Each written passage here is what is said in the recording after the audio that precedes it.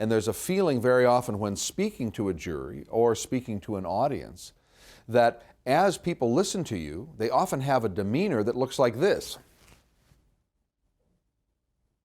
And that flat affect in everyday conversation would have enormous meaning. If you came up to speak to me in conversation and I treated you to that demeanor, you got a question? You'd think, what's wrong with that guy? Why are you looking at me that way?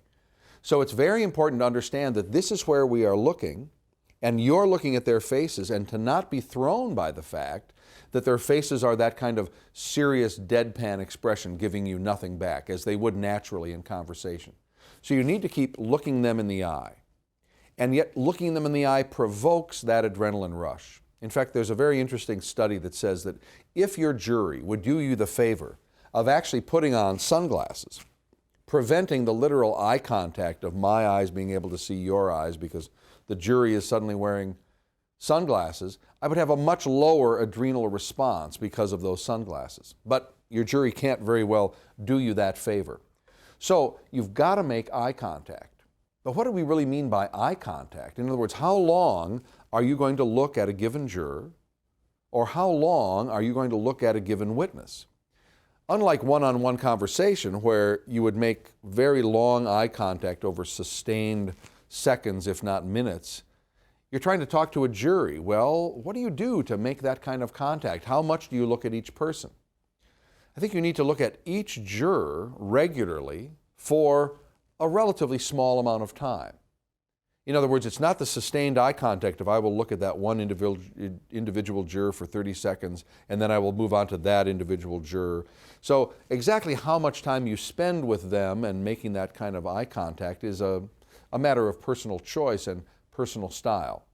But there's some new research about what they're calling quiet eye training. And it has to do with training athletes who already know, of course, to keep your eye on the ball.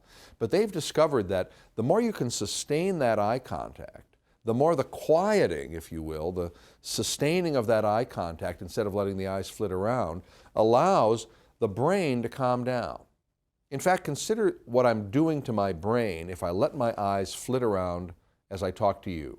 And what I'm doing if my eyes go up to the ceiling and down to the floor and over to the wall and up to the ceiling, that the more my eyes flit around, the more I'm not only saying to you, my goodness, that man looks like he's confused because he's flitting all over the place, but I'm literally unfocusing my brain.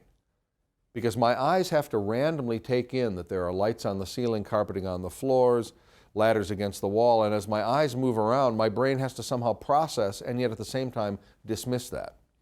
Well, in the courtroom, you want to be able to focus your eyes, to focus your brain, to quiet your eyes, to sustain that eye contact as long as is appropriate for talking to the jury or talking to that witness.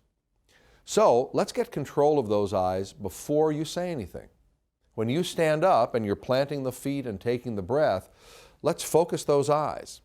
Once you've looked at your notes to take in what you want to say, get those eyes back off the notes and either look at the jury or focus on the witness, or if you're addressing a judge, to focus on that judge. But to say, if I focus my eyes, I will focus my brain much more effectively, can then allow you to cope with the fact that eye contact is essential and, frankly, not so easy. So focus your eyes.